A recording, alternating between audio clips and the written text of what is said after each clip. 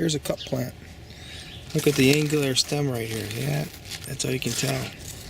I've been fooled by those teasels before. They kind of got a cup too. Yeah. Well, I'm going to pull a couple of beets.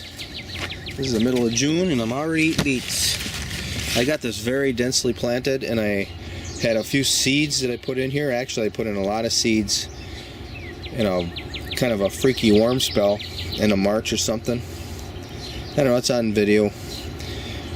And most of the seeds died out, but a couple of them made it, and we've got a little bit of beets going on now. These aren't fully mature beets, but I've got a lot of beets coming, so we got to make room for them. You can tell these ones that made it are a little taller than the rest. So you look inside of there, and sure enough, there's a little beet in there. Let's get that out of there. Here's another one that's a little taller. Does it have a beet on it? Yeah, there's a little beet there. Okay. These are supposed to be beets that don't have that ground flavor to it. So, ooh, there's a stinging nettle coming up in here. No, you don't. There's another weed coming up. No, you don't. By bio-intensive beds, oh, there's quite a bit in here. Well, I'm going to have to come back here and revisit it. I'm pulling these because I'm about to water it with my ferment water, and I don't want to eat ferment water. Pretty nasty stuff in terms of human consumption is concerned. Might as well check for beets or for radishes right away.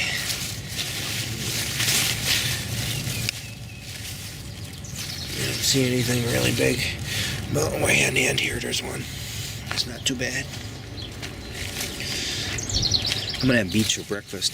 You see, when these radishes start to get a really tough stem here, they're about to go to seed and they're not gonna mount on anything. So there's a little morsel there to eat.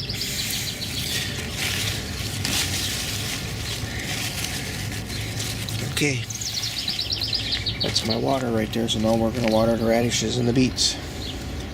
So I'm having the best radish growing season that I've had in a long time. And the reason why they were of poor quality the last couple of years because of flea beetles. And now I'm using this ferment to attract flea beetles, and you can see them on here on the surface. They're just jumping in here and drowning themselves. Now my radishes are pretty clean. And here we'll have another representation. I'll show you, these are the little holes that the flea beetles put into the radishes. You see there's scarring marks. Flea beetles are eating the leaves. And in the past, the last 2 years, it's been so bad that I think it's affected the growth of the radishes. Still get a crop. I just don't think it's a great crop like it's been in before that, before I had the flea beetles show up here. So here's another representation of how clean these radishes are looking now, because I'm putting this ferment water in buckets. Let's see if I can get a close-up without my reflection in there.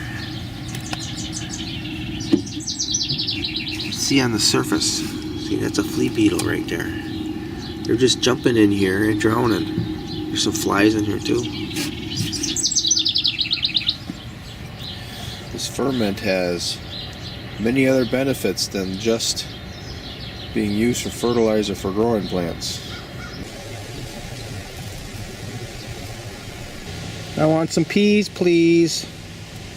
Please.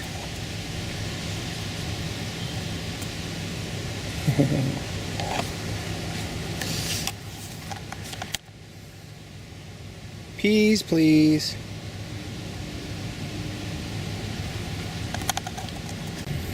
We have a row of garlic. There's some horseradish in there.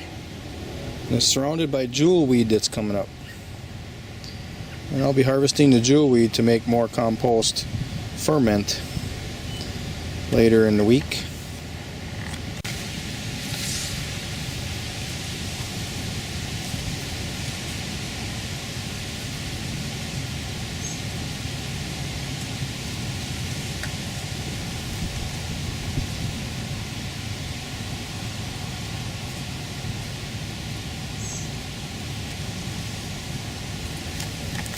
of American hazelnuts this year.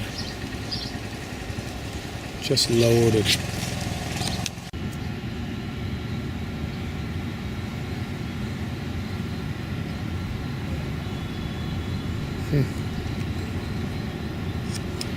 I'm up on the ladder and I got a bowl because I'm picking locust flowers for salad for supper tonight. Look at that.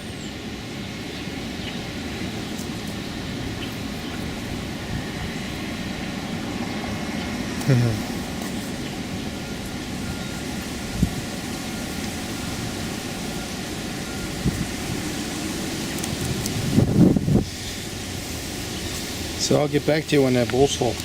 We got enough here. I think we'll have enough for today and tomorrow. I'm going to leave the ladder here because there's a lot more that I can get yet. I can reach from here. So they only last about 10 days. And we're probably into day 4 or 5 already. I've been eating them when they first form. They're just these little buds.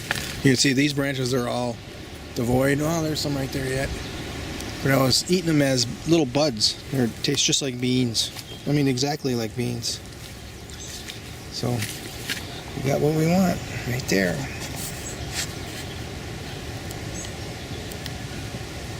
The Italian hazelnut is fruiting. Look at that.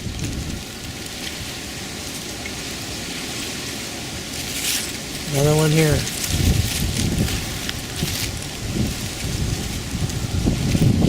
Another one right there.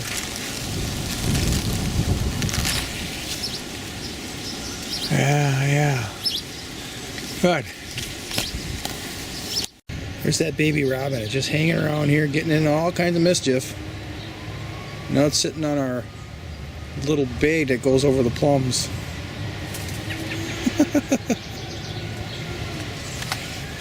That's a black ice plum. And we have those kirk beetles here.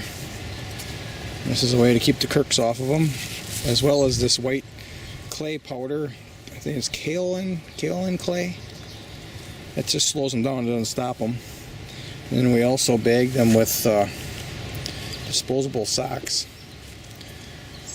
So that's what you do if you want an unsprayed product. This is unsprayed, unfertilized. This is all natural. 100% natural food here. Got some pears coming for the first time this year. This Flemish beauty is giving us some pears. Pears are a pretty good crop. Now see, there's a little mark there. Something tried to take a bite of it or lay an egg in it. That's part of the game. Ooh, there's a nice one that's forming real nice right there. This is just a little tree right here, going up into the branches of this Japanese plum. There's another pear up in there. Oh, we got so many pears and so many apples and so many plums growing this year. Phenomenal.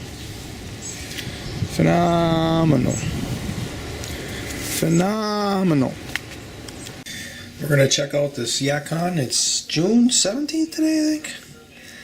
And these big fat ones, they store pretty well. I opened one up last month. I've got it in video. Now we're going to open another one. Look at it. Now if they're skinny, they don't last a couple months only. So I'm going to peel this one. I'm not sure if the peelings are edible or not. I would assume they are though. Let's just check this out. I got one more left down in the basement. That was the largest one. We'll let her go another month and see how it goes. But these were put into storage in October of last year, of course. Not 2 years ago. I remember seeing one guy, oh, I'm not growing yacon anymore, you don't store it all. Well, I don't know what he was doing, but look at this one. Right there, just look at that.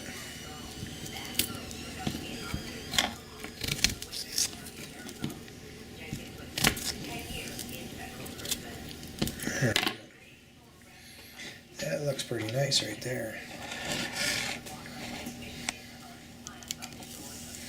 Well, the proof is right here, right now.